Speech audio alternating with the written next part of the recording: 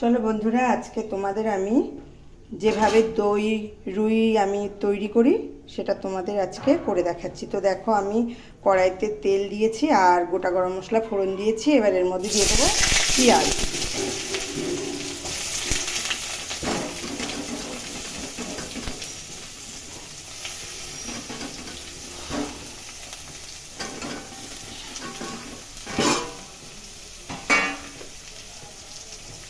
তো পেঁয়াজটা এবার একটু ভেজে নেব।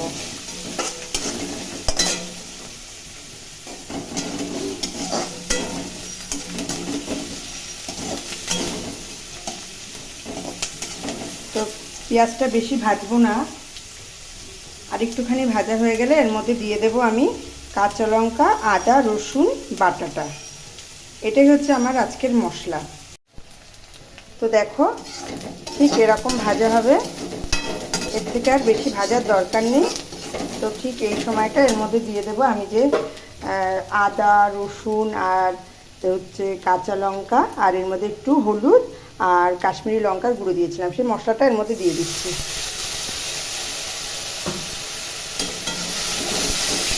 এর মধ্যে জিরে বা ধনের গুঁড়ো এসব কিছুই লাগবে না। তো এবার আমি ভালো করে কষে নিচ্ছি। তো দেখো বন্ধুরা, আমি আর একটা পেস্ট করব, এই বাদাম আর এর মধ্যে অল্প অল্প মানে দই দিয়ে দেব, টক দই দিয়ে এটা পেস্ট করে নেব। তো দেখো বন্ধুরা, আমি দই আর বাদামটা দিয়ে পেস্ট করে নিয়েছি। এবার দেখো, আমি গ্যাসে মানে আমার পেঁয়াজটা ভালো করে কষানো হয়ে গেছে। এবার গ্যাসটা একদম কমিয়ে দিয়েছি, দিয়ে এর মধ্যে আমি এই পেস্ট দিয়ে দিচ্ছি।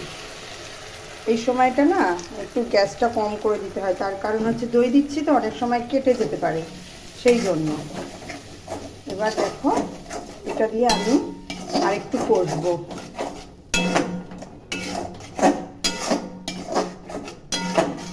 তারপরে আমি নুন আর একটু সামান্য চিনি ছড়িয়ে দেব।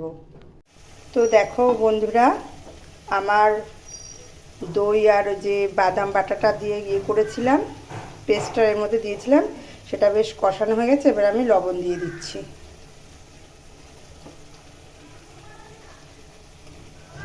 ব্যাস, লবণ দিয়ে দিচ্ছি। আর দই তো টক, তো সেই জন্য একটু সামান্য ব্যালেন্সের জন্য একটুখানি চিনি ছড়িয়ে দিলাম।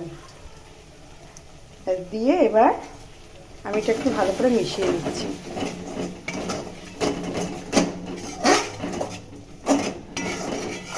তো দেখো, আমার কিন্তু এটা হয়ে গেছে, কষানোটা হয়ে গেছে।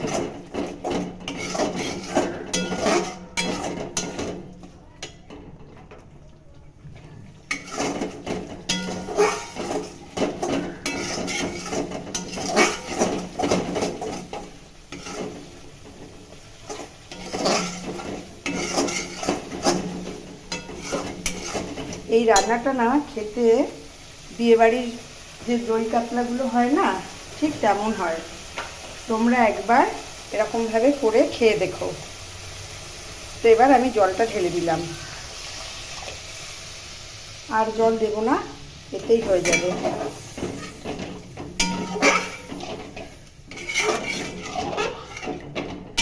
এইটাতে না তো অনেকে কালার না দিয়েও করে, মানে শুকনো লঙ্কা, যেটা আমি কাশ্মীরি লঙ্কার গুঁড়ো দিয়েছি সেটা না দিলেও হয়, কিন্তু আমার ওই সাদা সাদা থেকে আমার ভালো লাগে একটু কালার। তো সেই জন্য আমি এই কাশ্মীরি লঙ্কার গুঁড়োটা একটু দিয়েছি।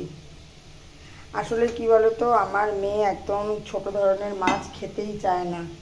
তো ওর কারণেই, ও যদি তো ওকে দই রুই বা এরকম কিছু করে দেওয়া হয় তাহলে ও খেতে কোনো অসুবিধা করে না। সেই জন্য মাছটা যেহেতু খুব বেশি বড় না, ছোটোই, আর হচ্ছে গিয়ে জ্যান্ত ছিল, তো সেই জন্য আমি ভাবলাম না তাহলে এরকম করে দিই, তাহলে ও খেয়ে নেবে। তো দেখো, এবার আমি এর মধ্যে মাছগুলো ছেড়ে দিচ্ছি।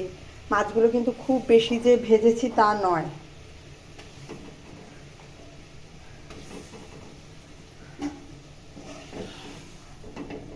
তো এবার ফুটে গেছে, এবার গ্যাসটা আমি একটু কমিয়ে দেব, দিয়ে ঢেকে দেব।